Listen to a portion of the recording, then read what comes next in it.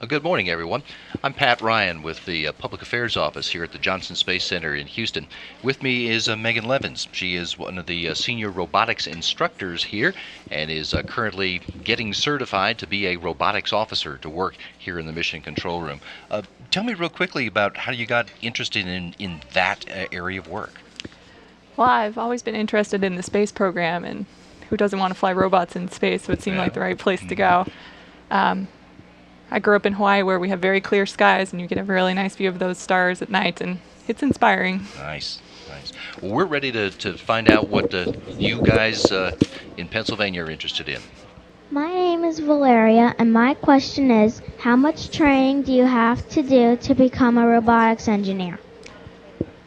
Well, to be a robotics engineer, there's a lot of training you go through. Once you get out of college or university and come to NASA, it's many years of training, and you start off with writing procedures for crew members and learning all you can about your robotic system before you can come into mission control and start moving the robots in space. So it's a long process, and there's lots to learn, but it's a very interesting one.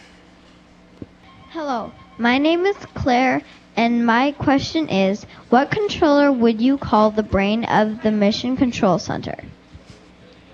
The brain. Who's the brain? That's a tough one. A lot of people would say that that's the flight director. Flight director is the person who's in charge of the whole team. There's a team of 10, 20 people in here at a time, all of them looking at just a specific system.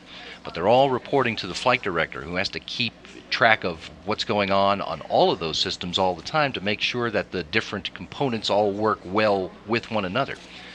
But if I think it's not the flight director, it's probably the people who bring the snacks. Hello, my name is Gabriel, and my question is, who is the most important person in the space station flight control room, and why? Most important person would be the robotics officer, wouldn't it? Always. Yeah. Well, I have to say the most important person is probably the person that has the most going on at that time. You never know what can happen on a space station, so whether it's the robotic system or we have astronauts outside, whoever has the most information and knows what's going on is probably the most important person after the snacks. Hi, my name is Emma, and my question is, if a crew member gets hurt or sick and they need surgery, is there always a doctor on board? It is not always an actual doctor on board, but there is always one member of the crew who is trained as a medical officer. In some cases, you have a doctor or two doctors who may be on board at the time. And so far, we've been lucky enough that nobody has had to have surgery. But all of the crew members get trained in not only first aid, but also some more advanced things to take care of their crewmates just in case somebody does get hurt. Hi, my name is Chastity, and my question is, do the teams switch on and off so that they can get sleep? If so, how does it work, and when do the teams take a break? I think when the teams switch over might be one of my favorite parts of the day. We have about 3 teams that run in mission control every day of the week, all year round, even on Christmas. So luckily they only have to work 1 shift a day, and then the next shift will come on so we can all go home and get some rest.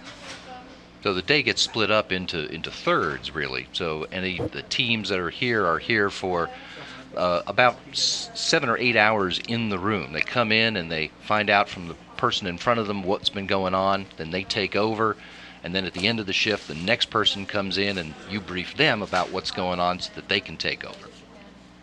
Hello, my name is Gavin. I would like to know, how long is your shift? Well, as a robotics officer, my shifts are actually a little different than a lot of the other teamers. Like we said, when you're here all the time, your shift is roughly 7 hours, and then you pass off to the next person. For robotic shifts, we can go from 7 to 12 hours, depending on what kind of task we have for that day, and then we're off for the rest of the day. So ours may be a little longer, but we're not always here all the time. Hello, my name is Bella, and I would like to know, what is your favorite and least favorite part of working at Mission Control? Okay. That's a good question. I have to say my favorite part is every time I get to talk to an astronaut in space. There's nothing like talking to somebody who you know is orbiting miles and miles and miles above you and doing some robotic task or another activity and getting to talk to them and get their thoughts and what they have going on in their day. And in your job, you folks do get to talk to them while they're in the midst of flying these big robots around. We do. For robotics, we do a lot of activities free flyer captures when new vehicles are coming up, and then we also train for them as well. So not only do I get to talk to them about the activity they're doing, but also in all their training sessions as they get ready. I'd say my least favorite part is probably comes around 2 in the morning when you're still on console and ready to go home and it is way past your bedtime. Hi, my name is Reagan, and what is your favorite training exercise? My favorite training exercise. Well, you know, here at JSC or Johnson Space Center, we have the neutral buoyancy lab. And in the neutral buoyancy lab, it's this huge pool with a almost exact replica of the whole space station, or at least parts of it. And they have a robotic arm that is underwater and can move around in this pool just like we do in space.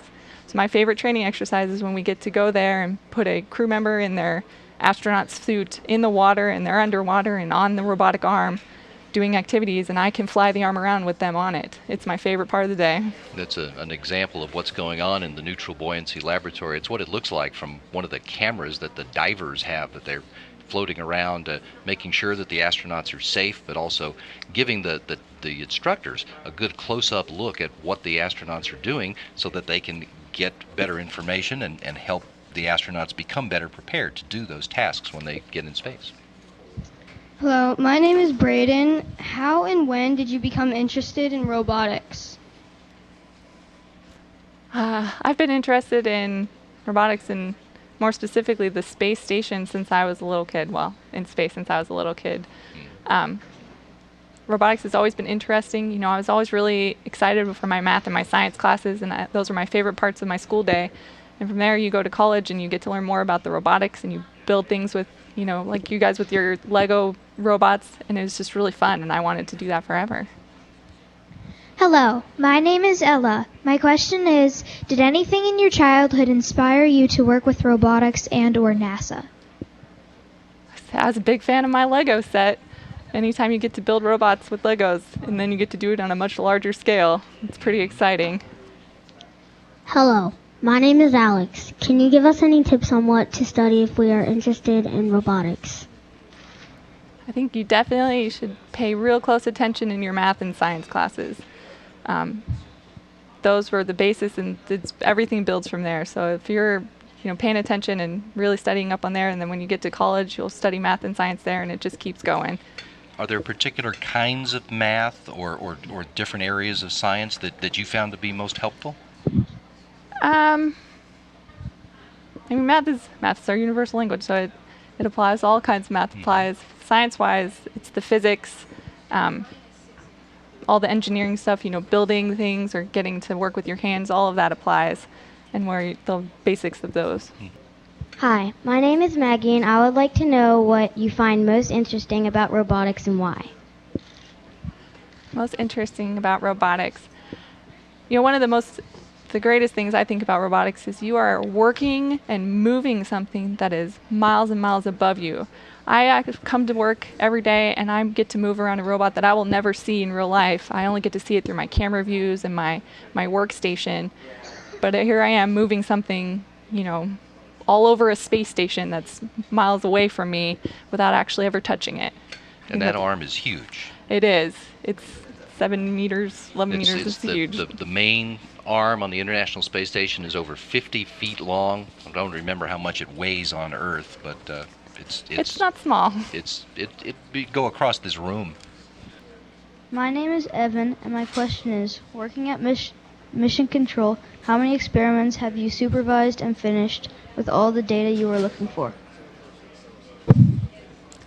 Well, that's one of the fun things about the space station, and specifically robotics, is we help start so many experiments. I mean, we put the alpha magnetic spectrometer outside on part of the space station, and it's still, to this day, looking at the cosmic rays and how the universe is made. I don't know of any experiment that we've really completed. We just keep learning more, and we keep going. And we get to work with, installing these new modules or free flyers like the Dragon vehicle from SpaceX and the orbital vehicles, and they bring more science experiments, so the science just keeps going, and we in robotics just help to keep all these experiments coming. And it's a good example too, because there's another one of those Dragon spacecraft that's supposed to be coming up to the station next week, and your arm is critical to Yes. To getting it there. We will be capturing and installing the fourth Dragon, Dragon 3, on the 16th of April. We're very excited.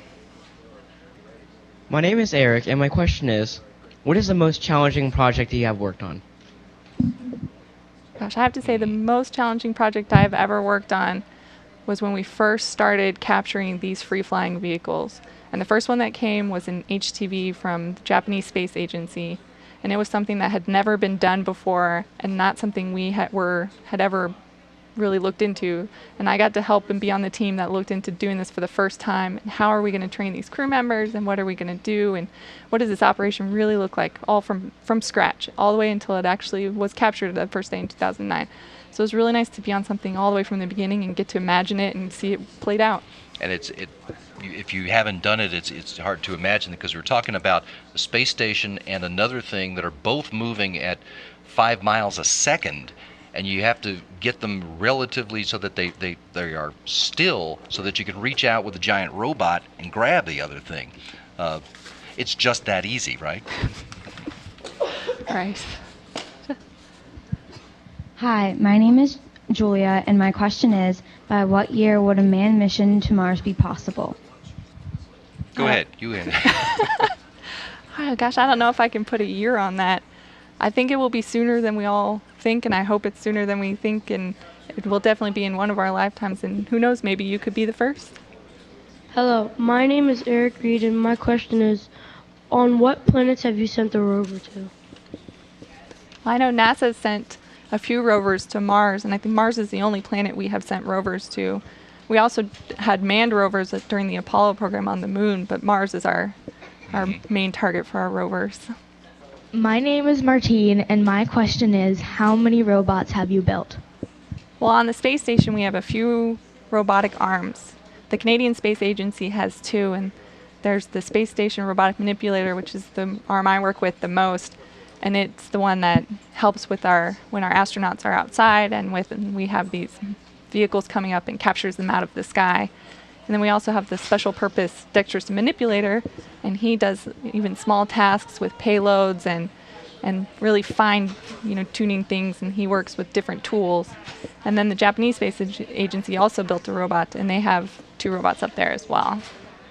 Hi, my name is Madeline, and my question is, are there any robots that have a mind of their own, or are they all programmed? Actually, I've worked for a couple of robots that had a mind of their own. If they have a mind of their own, they haven't told me yet. They're very secretive. But most of them are programmed, but they're programmed so well you would think they have a mind of their own. Hi, my name is Hannah, and my question is, how do you train for operations on the ISS?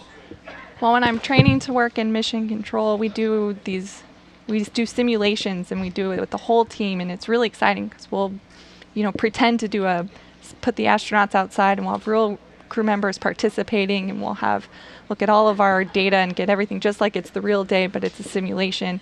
And the whole team gets to work together and work through different scenarios that our training counterparts have come up with.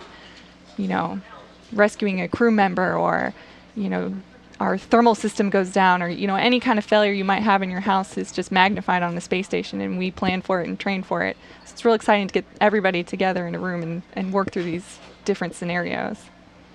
My name is Olivia, and my question is, what kind of instruments do you use? Well, when we use a bunch of different instruments. When we do training, we have the virtual reality lab where our astronauts and flight controllers can train, where you actually put a helmet on, like a virtual reality helmet, and you can look out of this helmet, and it looks just like you're on a space station. And there we have a robotic arm that we can drive around just like we do, and the crew member in their helmet can see it, and we see it in our simulated camera views. On the real day, we get telemetry to a computer very similar to how you can download books on the internet, and it just comes from a space station, so we can see everything that's going on up there and look at where everything is.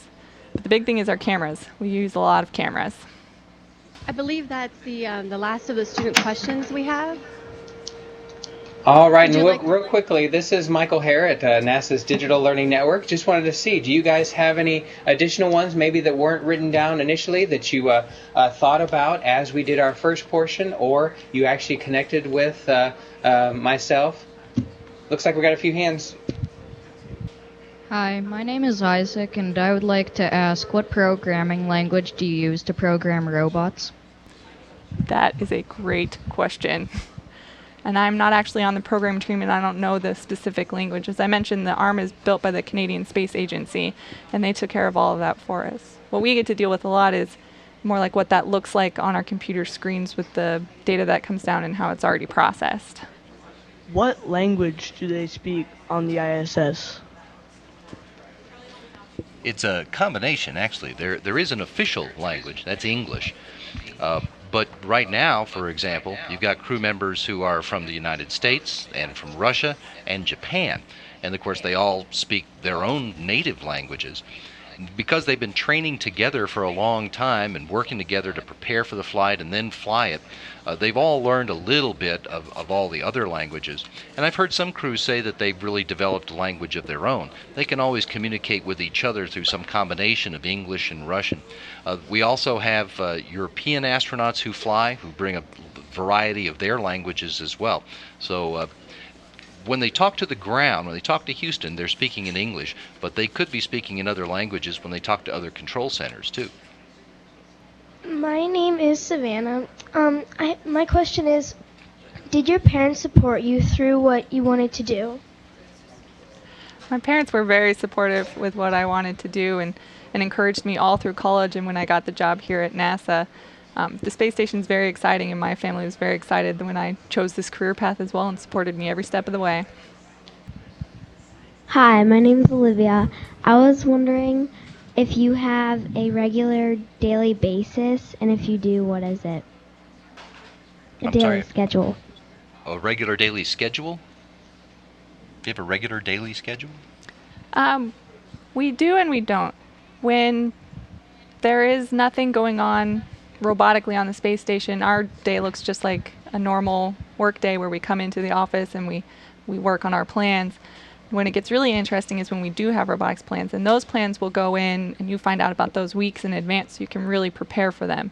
And that's when you'll come in and you come onto console and you'll set up your workstation so you can see all the telemetry and the data that you need for whatever task it is you're doing that day, and review the operation that you'll be doing that day, and then actually execute it. And you'll go through your shift and execute your procedures or whatever plan it is that you have in order to complete the task that you're doing, whether it's a free flyer capture or a science experiment or working with the special purpose dexterous manipulator. All of those activities you'll go through and plan, and then at the end you'll review your data, make sure you have everything ready for the next team before you hand off.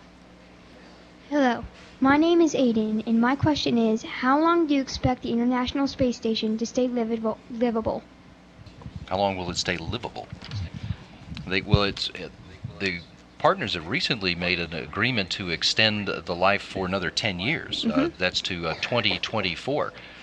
I think that there's some thought among some people that with the right kind of work, it might be able to fly for even longer than that. But right now, we're looking at the station flying until 2024. Hi, my name is Jenna, and I was wondering what college you went to. I went to the University of Nevada in Reno, and it was a great college. When you're on the space station, what time zone do you use? Well, the space station uses Greenwich Mean Time, which is a little different than Houston time and can change periodically. Change back, and Greenwich Mean Time is essentially the same as London, because the control centers for the station are located all around the world, so they had to pick just one time to operate on. So on board, it's Greenwich Mean Time, which right now is 5 hours ahead of Houston time. Hi, I'm Michael, and do you think NASA has the technology and robots to search the water for the missing Malaysia airplane? It took longer for that question to come than I thought. I think if NASA has the technology to do it, they would be doing everything they can to try to find it. And they are doing everything they can. I know we have been using some of the cameras on board the station to take pictures of the search areas, and they have contributed in that way. Hello, my name is Elissa, and I was wondering if there is a problem with the connection, if there is a problem with the connection to the people on the ISS, who would you talk to fix it? Well, it would be a combination of our communications experts here on the ground as well as our astronauts on board. You can believe if we've lost communication with our space station for any reason, everybody is trying to recover it. And they'll be looking on both sides, both on the space station and here on the ground, for what could possibly be the reason and fixing it. Hi, my name is Colby, and why is the International Space Station shaped the way it is? Why is it shaped the way it is?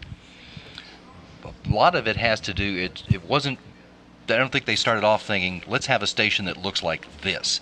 It looks like it does because the components are built to serve a purpose. It's got these giant solar array wings out there because they need them to generate electrical power that runs everything on it, for example. And so, I mean, if you were flying through the air, that wouldn't be a good shape. When you're flying in orbit, the shape doesn't matter. It's not a question of moving smoothly through the air because there is no air. And all of the rest of the components of it, too, are built with that in mind. That along with the knowing that they had to be a certain shape in order to fit inside the space shuttle or Russian rockets in order to be launched. We couldn't be much bigger than that in terms of the cylinders because they wouldn't have fit inside the shuttle in the first place.